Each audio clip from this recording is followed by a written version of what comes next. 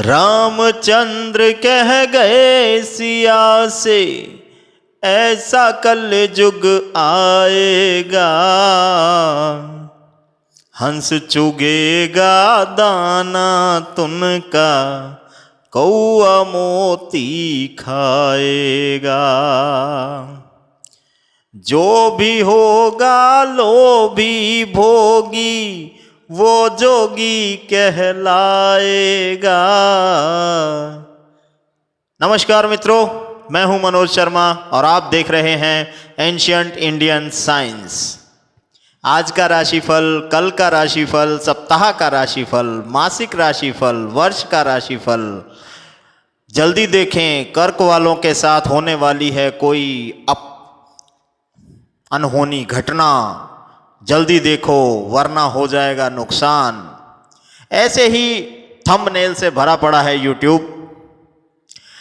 तो आज मैं देख रहा था, मुझे लगा कि क्यों ना आपको ज्योतिष विज्ञान के बारे में थोड़ा इंट्रोडक्शन दे दिया जाए।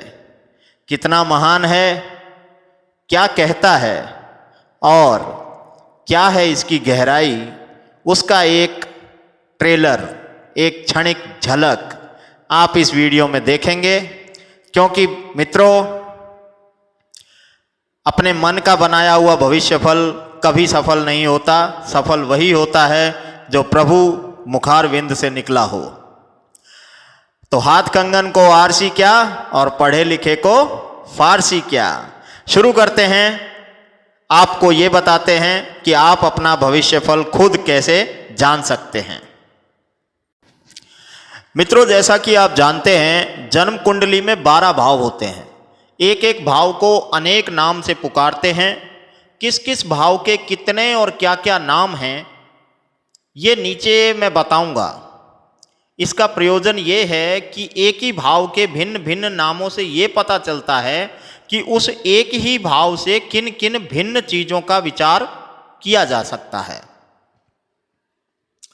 पहला है लगन, होरा, कल्य, प्रभात, सूर्योदय अर्थात प्रारंभ, देह उदय यानी प्रारंभ होना, रूप, सिर, वर्तमान काल, मौजूदा हालात, जन्म, इन सब का विचार पहले घर से होता है। समझ में आई बात? आपकी देह के बारे में, आपके प्रारब्ध के बारे में यानी स्टार्टिंग के बारे में, जिससे पता चलता है वो कौन सा घर होता है। प्रथम घर होता है, भाव बोल सकते हैं, पहला भाव होता है आपकी कुंडली का पहला भाव। इससे आपको वर्तमान काल के बारे में पता चलेगा, आपके जन्म के बारे में पता लगेगा और आपके देह संबंधी विचार इस घर से देखे जाएंगे। उस घर में ग्रह स्थिति कैसी है, कौन सा ग्रह बैठा है, वो भी आगे बताएंगे। पहले घर से क्या विचार किया जाता है, कौन से घर से, वो समझ लीजिए। दूसरा है धन, विद्या और अपनी वस्तु, खाना पीना, भोजन, दाहिना नेत्र, चेहरा, पत्रिका, वाणी, कुटुंब, ये सब जो विचार किए जाते हैं, इन सब के बारे में जाना जाता है। वो होता है कुंडली का दूसरा भाग यानी दूसरा घर, दूसरा भाव या दूसरा घर। अर्थात इन सब का विचार द्वितीय भाव से किया जाना चाहिए। तीसरा है दुश्चक्य, छाती, दाहिना कान, सेना, हिम्मत, वीरता, शक्ति, भाई बहन, इन सभी का विचार तृतीय भाव को देख के किया जाता है। आपकी कुंडली का तीसरा भाव, तीसरा घर, आपके छाती के बारे में, दाहिने कान के बारे में, आपकी हिम्मत के बारे में, आपके शौर्य के बारे में, वीरता के बारे में और शक्ति के बारे में बताता है।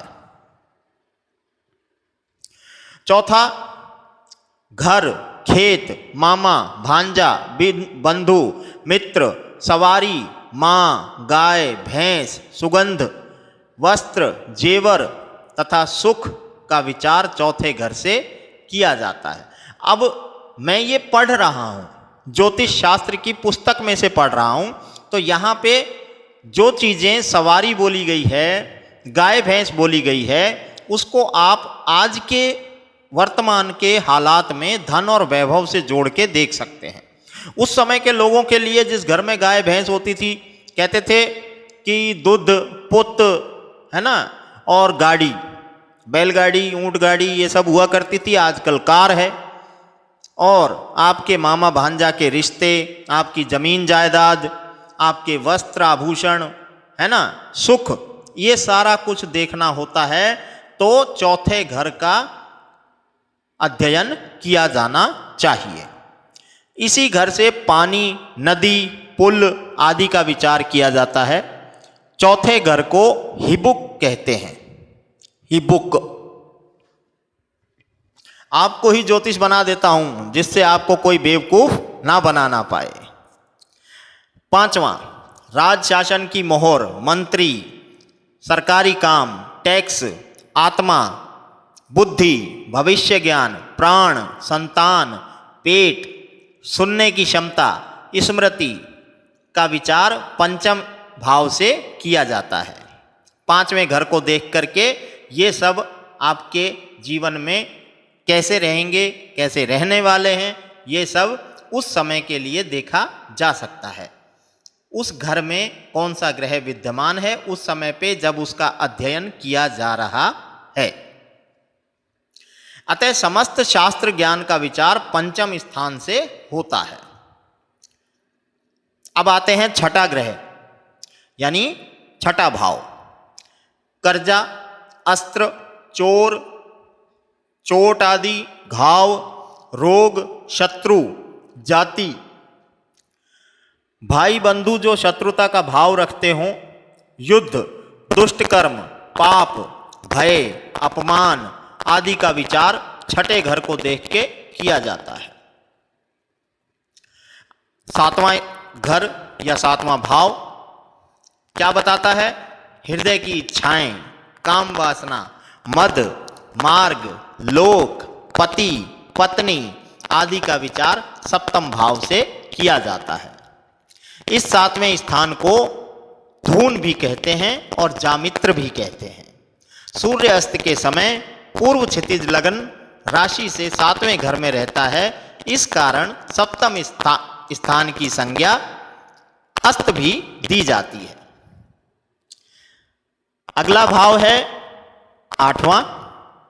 ये भाव या ये घर मांगल्य, स्त्री का सौभाग्य, पति का जीवित रहना, रंध्र, जितने भी शरीर में छिद्र होते हैं दोस्तों, आदि, मानसिक बीमारी, चिंता, अपमान या हार, आयु, कितने वर्ष जिंदा रहेगा जातक, कलेश, बदनामी, मृत्यु, विघ्न, अशुचि यानी अपवित्रता वाले काम, इन सभी का विचार अष्टम ग्रह से किया जाता है। गुदा संबंधी रोग जैसे बवासीर इत्यादि का विचार भी अष्टम भाव को देख के आप आसानी से कर सकते हैं। अगला है नौवां स्थान। ये स्थान आचार्य, देवता, पिता, पूजा, पूर्व भाग, तप, सत्कर्म और पौत्र आदि को दर्शाता है। उत्तम वंश आदि का विचार नवम भाव से ही किया जाना चाहिए। इसको कुंडली का शुभ स्थान भी कहते हैं। दक्षिण भारत में नवे घर से पिता का विचार किया जाता है, किंतु उत्तर भारत में 10वें घर से पिता का विचार करते हैं। तो यहां पे थोड़ा सा मतभेद है। अगला भाव है, अगला घर है कुंडली का 10वां भाव। इस भाव में आप ये देख सकते हैं कि आपका व्यापार कैसा रहेगा, इज्जत कैसी रहेगी, आप जो कर्म करते हैं उसका फल कैसा मिलेगा, विजय जय होगी कि हार होगी, यश प्राप्ति होगी कि नहीं होगी, जीविका का उपाय, चाहे वो नौकरी हो, व्यापार हो या जो भी हो, वो आपकी जीविका से जुड़ा हुआ जो स्थान है वो 10वां भाव होता है कुंडली का। कार्य में रुचि का रहना या मन ना लगना, आचार, सदाचार, दुराचार, गमन, हुकूमत, गुण, आकाश आदि का विचार 10वें घर से किया जाता है। इसे आज्ञा स्थान भी कहते हैं। अगला भाव, अगला घर 11वां, ये आपके लाभ, आमदनी, प्राप्ति, आगमन, सिद्धि, वैभव, धन, ऐश्वर्य आदि को दर्शाता है। आपका कल्याण, श्लाघ्यता, प्रशंसा, बड़ा भाई या बड़ी बहन, बायां कान, सरसता, अच्छी खबर आदि का विचार 11वें घर से किया जाता है। 12वां घर आपके आने वाले दुख, पैर, बायां नेत्र, हास, चुगलखोरी, अंत, किसी का आखिरी गंतव्य स्थान, वो किसी घटना का भी हो सकता है, किसी वस्तु का भी हो सकता है, और जातक की जिंदगी का भी हो सकता है। दरिद्रता, पाप, शयन, शयन से आशय पलंग पर शयन करना, इसके अतिरिक्त पुरुष स्त्री के जो संबंध होते हैं पति पत्नी के, उनका भी विचार इसी ग्रह से किया जाता है। पति पत्नी के बीच में बनेगी नहीं बनेगी, कैसा रहेगा उनका रिश्ता, ये सब। खर्चा, बंधन यानी जेल जाने जैसे विचार इसी ग्रह को देख करके, उसका अध्ययन करके किए जाते हैं। 12वें घर को व्यय स्थान या रिफ भी कहते हैं। तीसरे, छठे, 8वें तथा 12वें घर को लीन कहा जाता है। लीन का अर्थ होता है छिपा हुआ। 8वां सबसे निकृष्ट समझा जाता है। छठे और 8वें तथा 12वें स्थान को त्रिक भी कहते हैं। तो ये था आपके कुंडली के 12 ग्रहों यानी 12 भावों का कौन से भाव को देख के किस बारे में जान सकते हैं, इसके बारे में बताया मैंने आज। अगली वीडियो में बताऊंगा कौन सा ग्रह आपके किस घर में बैठ करके आपको क्या परिणाम देता है। तो तब तक के लिए शुभ रात्रि, राधे राधे। प्रसन्न रहिए, किसी के बहकावे में मत आइए, अपना कर्म करते रहिए, क्योंकि वो किसी ज्योतिष ने नहीं, मेरे श्री कृष्ण ने कहा है, कर्म करो, फल देने के लिए प्रकृति अपने आप बाध्य हो जाएगी।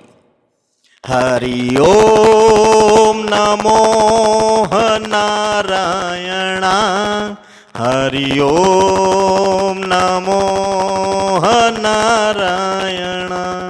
जय जय श्री राधे।